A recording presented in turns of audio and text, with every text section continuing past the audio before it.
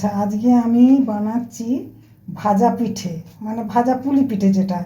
তো মুগ ডাল সেদ্ধ করা আছে, তাতে আজকে আমি লাল আলু দিয়ে করিনি, ছোট্ট একটা এরকম এমনি আলু দিয়েছি, এতটুকু আলু সেদ্ধ করা দিয়েছি, আর একটা ছোট বিট সেদ্ধ করে দিয়েছি, আর চালের গুঁড়ো। হ্যাঁ, আর একটু অল্প সাদা নুন দিয়ে সেদ্ধ করা আছে, একটু বিট নুন দেবো, এটা দিয়ে দিলাম, আর এটা জিরে গুঁড়ো। আর আমি একটু তোমার এতে ডালটা যখন সেদ্ধ করি একটু আদা আর কাঁচা লঙ্কা বাটা আমি ডালটার মধ্যে দিয়েছি। ব্যাস, এবার এটা আমি মাখা শুরু করি, তারপরে পুরটা তৈরি করব। এর পুরটা আমি নারকেল আর খেজুর গুড় দিয়ে পুরটা আমি তৈরি করছি।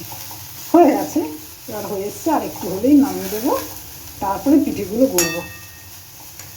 এই আমার ভাজা পিঠে গড়া হয়ে গেছে। চলো এবার ভাজা সরিয়ে দেখো, বিভিন্ন রকম ডিজাইনের হয়েছে। এবারে আমার বিট দিয়ে খেয়ে বানাও, তোমরা খেয়েও দেখবে।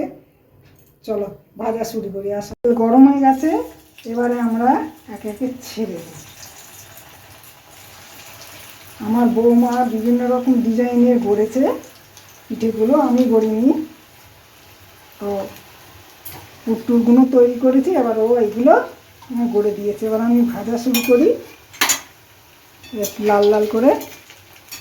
বিটের ভাজা পুলি তোমাদের দেখালাম, ডাল সেদ্ধ আছে, ছোট্ট একটা আলু দিয়েছি আমি, লাল আলু না, এমনি যে আলু খাই ওই আলু, একটা বিট সেদ্ধ করে হাফ সেদ্ধ করেছি, গ্রেড করে দিয়েছে, নুন, সাদা নুন, বিট নুন, আদা বাটা, আর তোমার কাঁচা লঙ্কা বাটা, আমি শুকনো লঙ্কা দিইনি, একটু ভাজা জিরে গুঁড়ো করে দিয়ে মেখে গরম গরম মেখে ভাজা।